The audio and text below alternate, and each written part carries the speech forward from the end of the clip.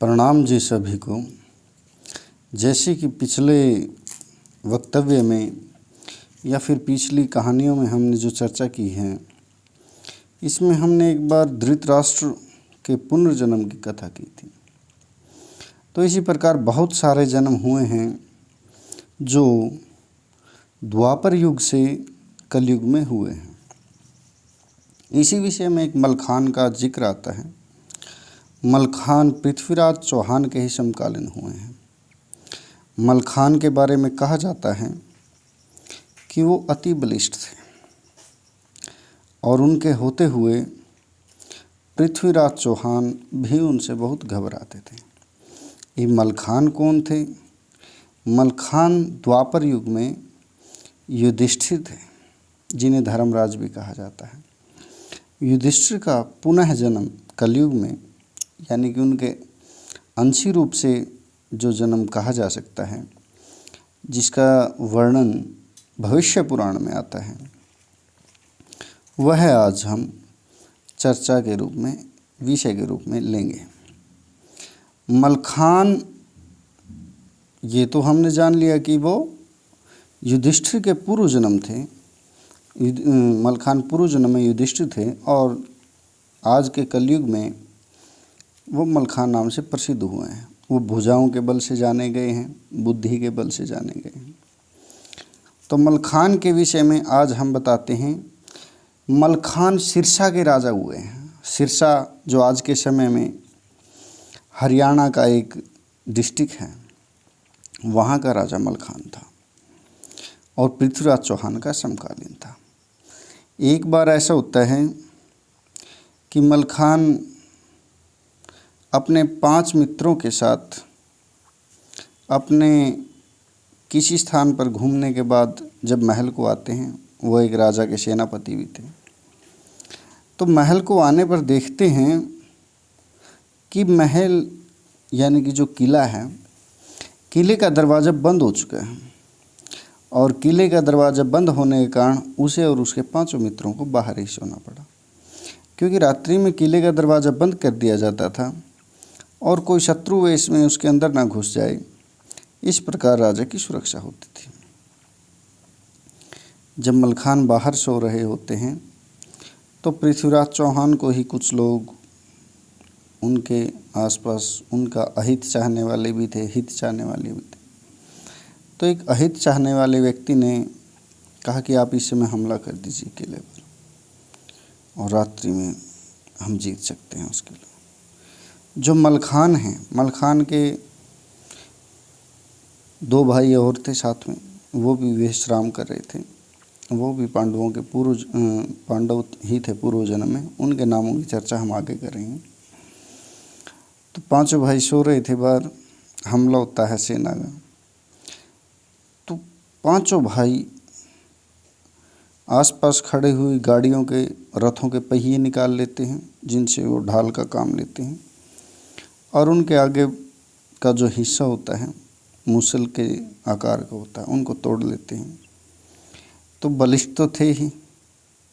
आज के समय से तो हम उनकी शारीरिक ताकत की तुलना नहीं कर सकते। आज के समय में मानव घटता जा रहा है।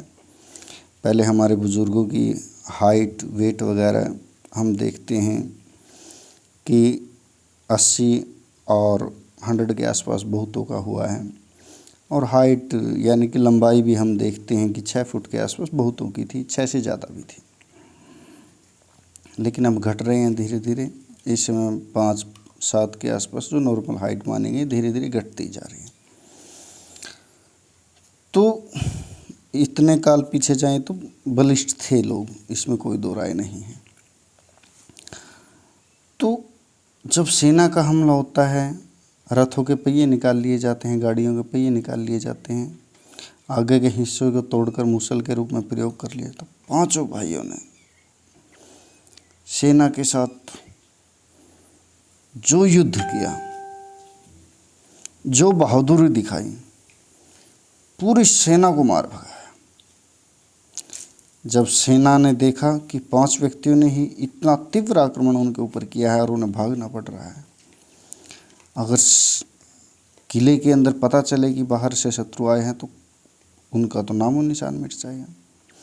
फिर भी पांचों भाइयों ने बहुत सारी सेना को मार भगाया, उनमें से बहुत सारे वीरगति को प्राप्त हुए, बहुत घायल अवस्था में वहीं पड़े रहे। और जो घायल होने के बाद चलने योग्य थे वो अपने दौड़ गए अपने रास्ते को। उसके बाद क्या होता है, जब सुबह होती है तो देखा जाता है कि पांचों भाई लेटे हुए हैं और उनके आसपास बहुत सारे मृत शरीर पड़े हुए हैं और बहुत सारे मूर्छित अवस्था में पड़े हुए हैं। उनको उठाया जाता है, देखा जाता है कि भाई हाँ, ये तो बड़ा चमत्कार किया है ना, रात में अपने बाहुबल से पूरी सेना को ही पराजित कर दिया है। यह बात पृथ्वीराज चौहान को पता थी कि मलखान के होते हुए उस राज्य पर हमला नहीं किया जा सकता, तो उसका भारी रिटेलिएशन यानी कि भारी उत्तर देना पड़ सकता है जो महंगा पड़ेगा। लेकिन एक जो गुप्त भेदी था, अहित चाहता था मलखान का भी, उन्होंने मलखान के राज्य में ही आकर, यानी कि सिरसा के राजा भी कहे जा सकते हैं, क्योंकि पहले बहुत सारे राजा थे जो अपने सेनापतियों को भी एक एक रियासत वगैरह दे दिया करते थे। तो मलखान का सारा भेद वो जान लेता है, उसके रसोइये का काम भी करता है।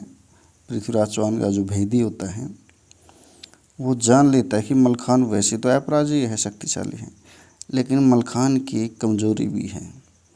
मलखान के पाँव में एक पद्म है, कमल कहा जाता है, यानी कि आज की साइंटिफिक लॉजिकल मेंटेलिटी से देखें, यानी कि उसकी एड़ी कमज़ोर है, वहाँ पर अगर वार हो तो वह पराजित करना आसान है। तो पृथ्वीराज चौहान को इस बात का पता चल जाता है।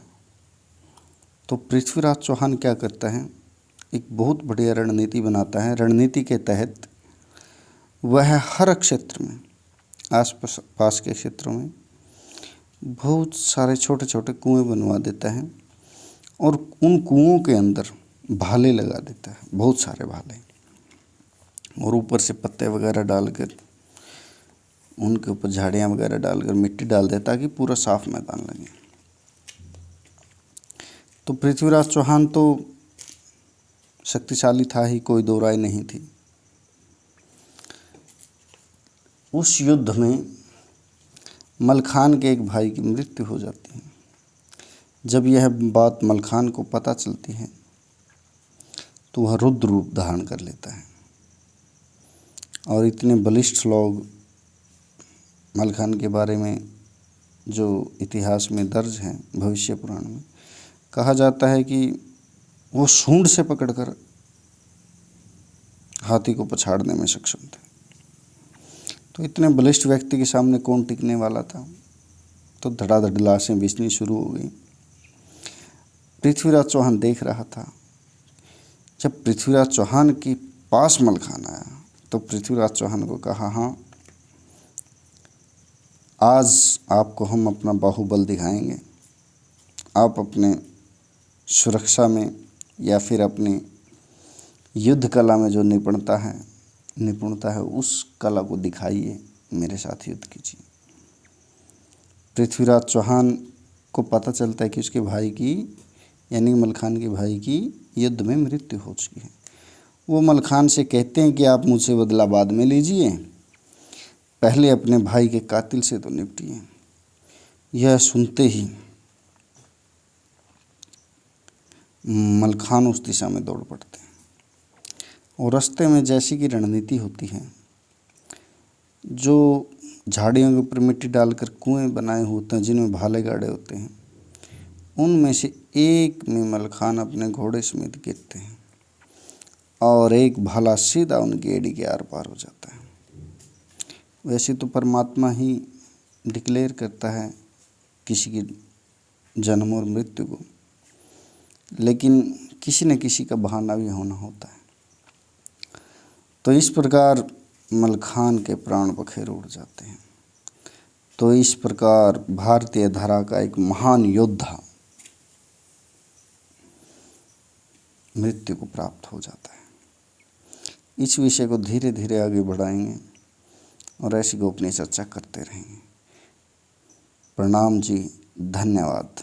आप इस वीडियो को अधिक से अधिक शेयर करें और हमारे चैनल को सब्सक्राइब करें, ताकि ऐसी बातें जो भविष्य और वर्तमान को जोड़ती हों, भूतकाल की पूरी जानकारी आपको देती हूँ, अन्य लोग भी जान सकें, जो नास्तिक भी हैं वो भी इससे अपने साइंटिफिक लॉजिक लगाकर कुछ सीख सकें। धन्यवाद।